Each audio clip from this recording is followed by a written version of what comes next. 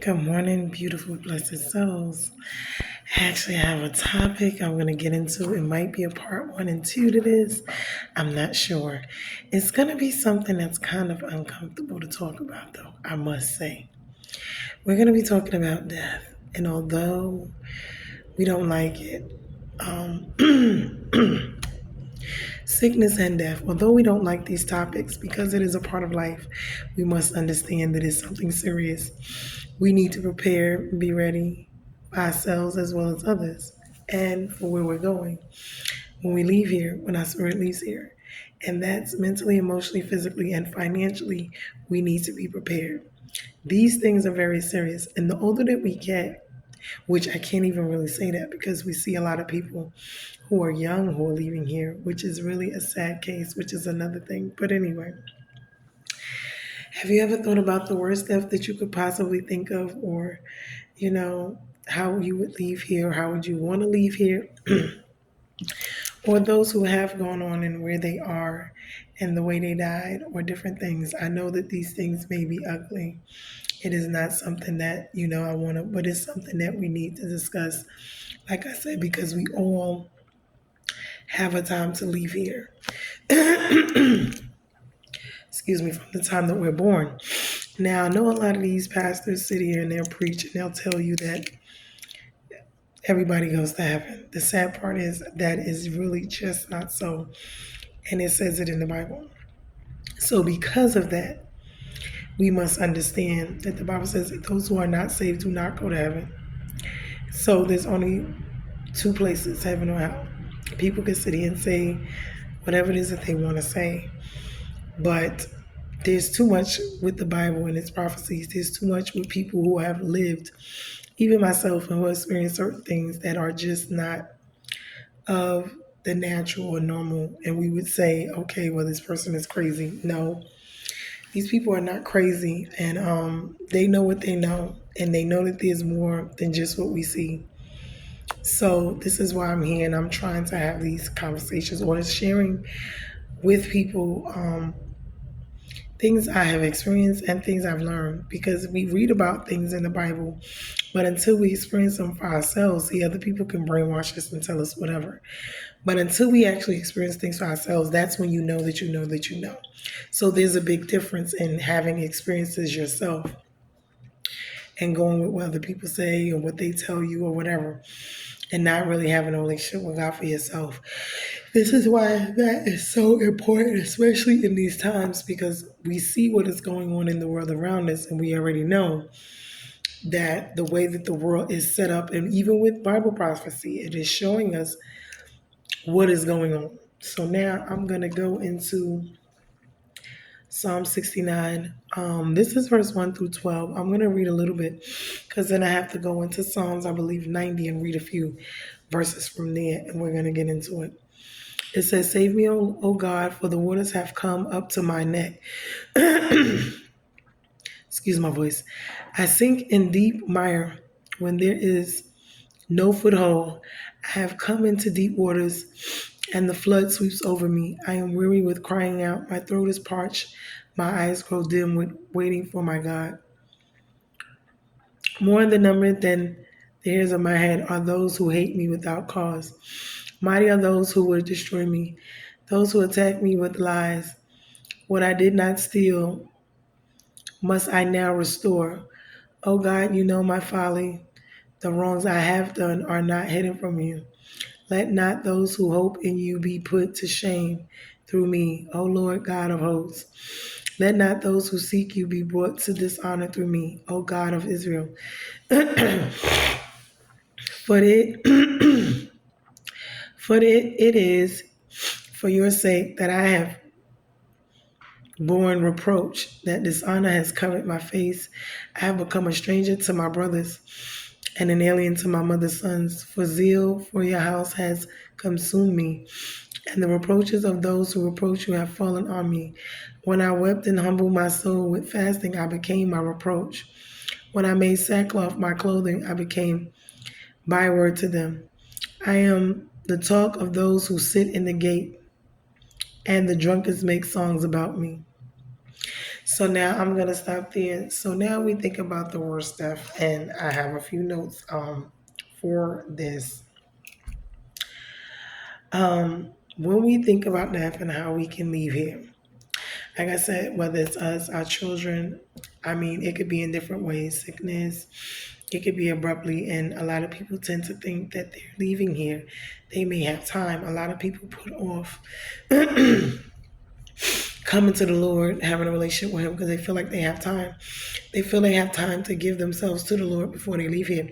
But the thing with that is, a lot of people leave here and they do not have that time. So we must be mindful of that, because depending on how you leave here, you may not have the time to do so.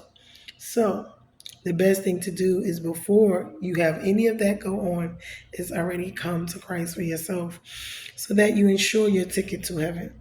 That way you're not in limbo, because once you're there and there's no coming back. The people that are there, they wish they could do it differently, but it's too late. So these are the things we must understand. Okay, so I'm gonna go into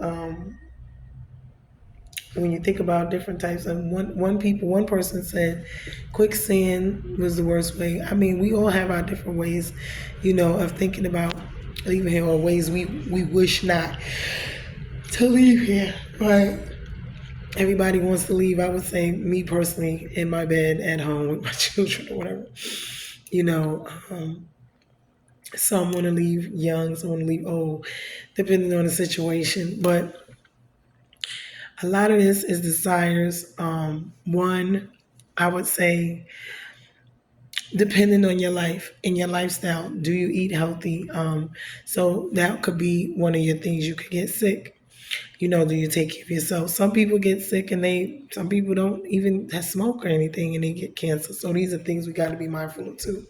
You see what I'm saying? Also, when it comes, it's like, it's just what it's you, it's your time, whatever it is, that's what it is. And sometimes we can avoid these things, and then sometimes we cannot, because if it's this way, then it's just that way.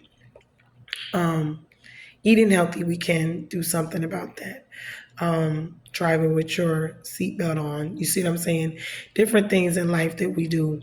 Not taking too many risks. Not living a compromised lifestyle, I would say, recklessly, out in the street, heavy drinking, heavy smoking, heavy partying, involved in gangs and shootings. And you see what I'm saying?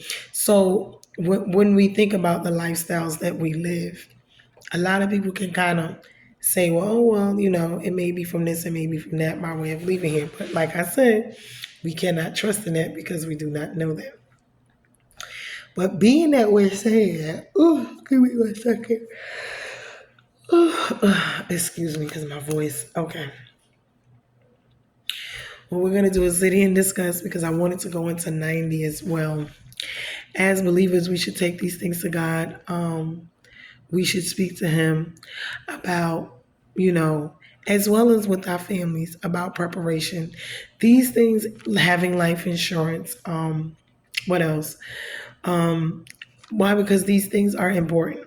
When it's time, we don't want to be finding ourselves, or our families, strained in these times when either we leave here or our loved ones leave here. We want to have a plan. We want to have things in order, just as in your home, when you have, everything taken care of in your home. These are things that we should be paying attention to and looking forward to. And more than anything, your soul, because all of these things we prepare for here, we don't prepare for our souls, and we need to do that. That's one of the most important things to do, to make sure we know where our soul is going, because although these things here are going to be left behind, we need to make sure we know where our souls are going. Give me 1 second, because my voice is really acting up, and I'm really trying not to strain it any more than it is. Weather is changing, and honey, it is just crazy. Okay, so now I'm going to get back into it. Okay. So the most difficult way we can think of is dying, and then we think of the kind of experience in this spiritual death from God. And we're crying out, and this is what David is doing. He's crying out to God to save me, oh Lord. Because the worst death you can have is the one that when you have no relationship with God. And that's a spiritual thing. Why? Because the body, we already talked about the body is just the body, it's just holds and house the spirit. But the spirit is the actual living being, that's the breath of life that God breathed into us when He created us. He breathed life, He created them out of the dust, and then He breathed life into Adam. So Adam was not alive until God his life into him. Okay. So when we think about these things and we think about life and our trials, our tribulations, our everyday situations with ourselves, with God, with our family, with our friends, with our job, and we're sitting here. First, we got to think we need to wait on God because that's always, the best thing to do. Wait on Him for answers. But faith without works is dead. And then because of that, we have to always do our part. God is not going to come down here and tie your shoes for you. If that's something that you can do for yourself, that is something you have to do for yourself. Now, the things that we cannot do, God will do. This is what we need to understand. So we weep. Our souls are, full of reproach. We're chastised. We're feeling weeping. Pain hurts. We watch. We wait.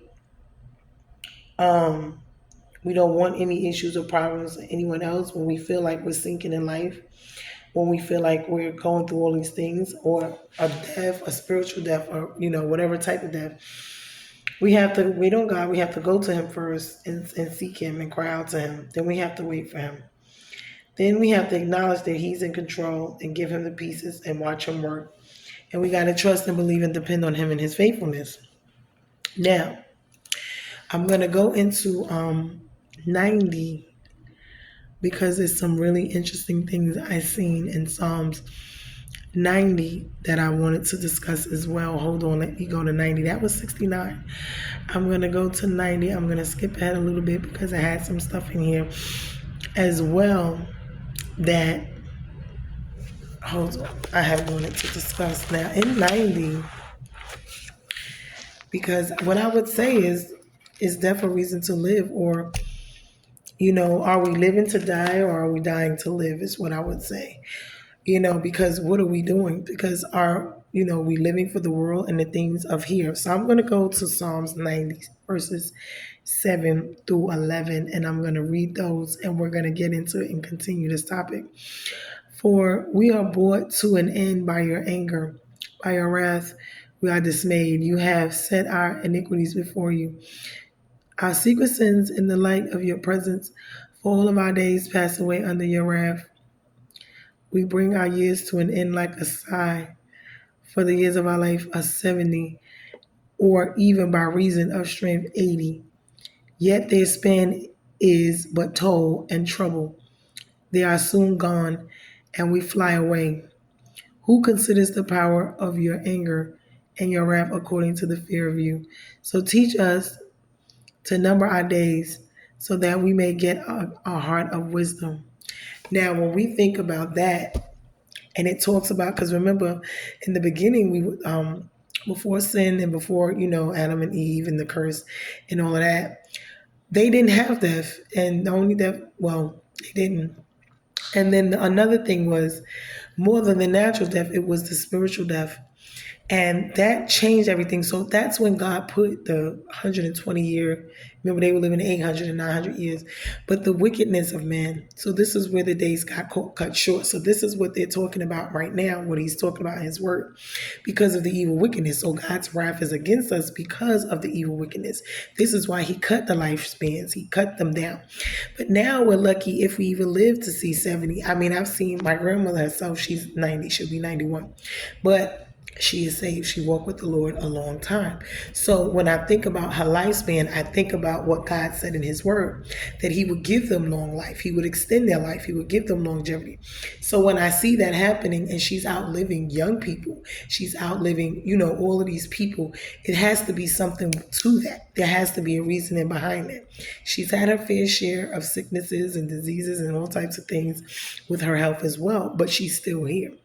So when I look at these things, I'm just sitting to myself saying, well, what is the factor, the common denominator? We really can't say because God, everybody's life is different. But we got to look for the pattern so we can understand and see what exactly is going on here. Now, when we look at the natural life right now, a lot of young people, like I was discussing earlier, and it's sad to say, are leaving here earlier. And a lot of that has to do with their lifestyle. It has to do with how they're living here. And it's sad to say it because a lot of wickedness is going on and it's being passed down to the younger generations because they're not getting the older generations. And the reason is because we're getting older. We know more where, they know the lifespan. They want to target them because they want them to come up and, have the next generation come behind with a lot of evil, wicked things. So everything that they're doing, they're targeting the young. So if the life expectancy usually is 75 years, right? And up until 25 years ago, it was about 70. So we don't know if it's going to keep going up or down at this point because, with everything that's going on in this world, we can't really be sure. Now, life compared to eternity, meaning spending it with God, life is short. It is here on earth if that's all you have. 70 to 80 in your strength, meaning 80 years max if God gives you the extra strength. And sorrows for some is soon cut off. But when we look at things, like I was saying before, okay, I believe God gave my grandmother the strength to continue on, meaning to continue living throughout everything that's going on in her life or has gone on. So in certain people that is, and then certain ones it's not. They got cut off, even at a younger age. So like I said, God told, okay, this is another thing. I believe this was in Exodus. Um, okay. So God told them, I remember this, and I believe it's Exodus. God told them, don't quote me on it because I have to look this one up. God told them to go into the land and possess it, and they disobeyed. They had no faith, they had no trust, belief, or doubt. They feared. They questioned his wisdom. As a consequence, every person under the year of 20 years old would die in 40 years is what God commanded, and that was because of their disobedience. So this is how they were in the wilderness after they left Egypt, and they wandered for the 40 years in the wilderness, and that was to allow the older generation to die off because they were disobedient.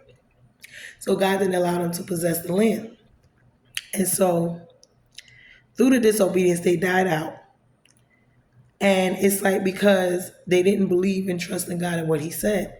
It was not enough just to be saved, to be, for God to deliver them, for him to save them, for him to, be with them. They still didn't trust, they still didn't believe, they still didn't have faith. They doubted. So as a part of that, he allowed them to die out, so he didn't allow them to possess it, the promised land. He didn't allow Moses to enter in either because of what? Disobedience. So while we are here, let's make our lives count.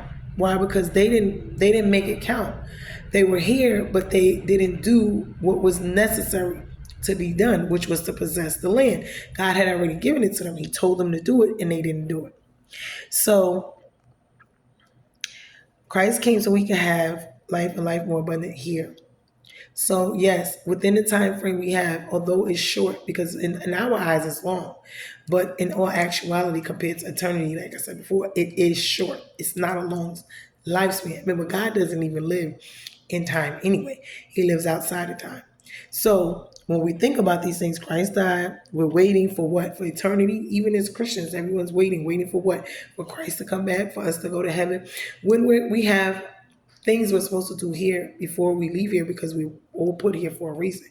You see what I'm saying? We all have an assignment. We all have a purpose and an assignment in life to do something that God put us here to do. So we need to be working on that and not just waiting on the eternity and our souls leaving here. We need to make each and every day count, meaning to be working towards advancing the kingdom, to advance God's kingdom, for souls to be saved, because that is the whole purpose of us being here, to spread the gospel, to be saved, to live a righteous, holy life in the sight of God, to have our lives be dedicated to him, the original plan for earth, the original plan for man before Satan stepped in. So when we understand these things, we get a better understanding as to us in our life and the part that we play here. and what we're supposed to do, because God does not want us to go to hell. It was not meant for us. It was meant for the devil. So as many lives that need can be possibly saved before he returns and before judgment day is the master plan, and that's for all of us. Okay, that's along with following the Ten Commandments, working out salvation out with fear and trembling. That's along with whatever is our purpose, and our specific purpose and assignment is to be following and doing that as well. And this is where we are. So I mean, we're going to rest in eternity, and hopefully we know which one that's going to be.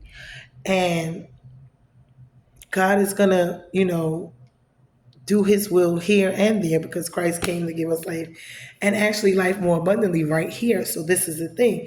We don't have to wait till we get there, to get to heaven, to get everything, because Christ already died for us to have it and have it here. So it's like, but I don't know. Is that all I have to say? Because I'm looking at my notes. Give me a second. I mean, I don't know. I mean, I'm just sitting here and I just think about, like I said, there's so many dying innocent young people. I see a lot of young people leaving here way before their time. It's sad, and it's something that we really need to address, because when we see this rapid, if you look up the numbers of people my age and older who are outliving these 20-something-year-old kids, and it has been going on for decades. And we have to know that the devil is after us. He's after the male. This is why we see the homosexuality, the degrading of the male, because the male's supposed to be the protector. He's supposed to be the head. He's supposed to be the provider. He's the one that God gave dominion to in the world. Before Eve was even created, Adam already had it. So it's nothing like when men pray, and when men are in the household, when men are raising their families, when they're with God, in relationship with God, and they're the priest of their households, not only the fathers and the dads, but the priests, meaning bringing their family up under God's submission. That's the way it's supposed to be. As we look through all of these stories, the blessings was passed down through the father, through the hands of the father. And not only that, it came from God to Abraham, to Isaac, to Jacob. They all passed them down to their sons. And either we're passing down blessings or curses. And this is where life comes in as a whole, when it comes to life and death, and how we live here and how we die here and where we go. So we have to be paying attention. And I hope I'm getting this out the way that I hope it's getting out the way that but we need to pay attention to these things, and we cannot just assume and think that even as little children, everyone's just going to go to heaven. Because when these people are preaching and you see these caskets and everyone is leaving here, okay, and people are leaving here getting sick the first thing I do is tell them, the main thing you need to do is have your life, how's your relationship with God? If you know you're sick, if you know you're dying, if you're not even just a person that's here, that's living themselves, we don't know the day nor the hour. You can walk outside and go get hit by a car. Who knows? Not to say it like that, don't want to wish that on anyone. But I'm just saying, people are leaving here each and every day at a rapid rate. We need to know where our souls will be heading. This is a very pertinent time. We're seeing some of the strangest, weirdest things go on, but they were foretold in the Bible. So we must understand and know that the Bible is real. Everything that is happening now was foretold over 2,000 years ago. So we must understand, people can say what they want to say. What we see with the wars, the pestilence, the famine, all of these things that are happening all over the world. And it's, all the things up until now you see is Bible prophecy, Bible prophecy, Bible prophecy. Please take heed and take these things seriously. Please do not just sit here and ignore all the signs, because when we leave here and we get to heaven, when we leave here and we go for judgment day, I would say, God is going to say he sent us. He told us. Why? Because he's not coming to the gospels preached throughout all of the world. So no one can say that they didn't hear and they didn't know. Why? Because you did hear, you didn't know. You just chose to go the other way. Whichever way that was that you wanted to go. So it is your choice. It's not that God just sends us to heaven or hell. It is our choice. He gives us free will. We can do it what we will. Now, it doesn't matter how far off you have gone, because as you can see, God is waiting for us always. We all messed up. We all fall short of the glory. God loves us all, and He wants to have a relationship with us here on earth before we leave here. He wants us to fulfill His purpose and assignment in our lives. Along with that, the original design and pattern for our lives. Along with that, He wants us to go to heaven. He doesn't want us to go to hell. And more than anything, He wants us to have an abundant life right here. He wants us to have a spiritual life and living right here spiritually, living in the world, but not being of it. And these are the things that Christ died and came for us to do, to save our souls, to give us salvation, and also to have us have a life here that will be better than it would, even though it seems at times it is not. I know, because when we're going through things as Christians or as believers, I would say, we got to understand that Christ went through these things too. So persecution, all of these things is going to happen because He already said it is. But it's going to happen because we're on the right side. When you're not on the right side of things, life can sometimes be a breeze, and that could be the dupe and the trick of it, because you don't even need God, and you feel like within yourself, your own strength, your own schooling, your own knowledge, your own power, your own wisdom is enough to do what you need to do. But we're not gods. And when I say that, we're not. There's one God. Now, we're in His image, but we're not gods. He is. So there's a difference. And we have to know our place, our position and place here in this world. Because even though He gave us power and dominion over things, He didn't give us power and dominion over Him. He's still over us. And that's where the respect level has to come in. So I hope that I pray that this message helps someone. I'm praying that it opens up all of our eyes to pay attention to what's going on. I mean, even just living here and working till you're 60, 65 and only having a couple of years. I mean, we must remember God made this world and everything in it. All of the things that we pay for in this world, work so hard for, in all actuality, is nothing but a brainwashed camp of evil Satanists that they're out here forcing us, the 1% of the world, to live according to their means, which Satan is all involved in, according to their way here. Because all the things here, everything in this world, from water to land, God made this earth and He made it for all of us freely to enjoy. So the things that they make us pay for, please understand, God never intended for us to pay for them. If He did, He Himself would have charged us. So when we sit here and we think about these things, the stuff that goes on in this world, all of it, everything, makes absolutely no sense. Certain people in the world got together and decided that they wanted to have money and all of these extra things, fame and vanity, and it's nothing but Satan working through them and in them. And this is what we have. So the world we live in the state that it's in, with the systems, the justice, the this, the that, God never intended it to be this way. We chose this. We disobeyed, and this is why we're living in this. He's graceful and merciful, and He's still there, and He loves us, and He came back so that He can, save us, but we still have to work it out and live it here before we make it there. So these are things that we must understand. So like I said, I hope that this is an eye-opener to all of us. I hope this is a message that blessed you guys. It really blessed me. Like I said, just looking at all that goes on in this world today, we got to look for the answers to these questions that we have. And some will get on this side and some we won't get to the other side. Or maybe He'll give them to us later on down the road. But we got to start searching for answers, because what we see is not all of what it is. And we must know these things. We're bruised and not broken. Be blessed, guys. Till the next one later.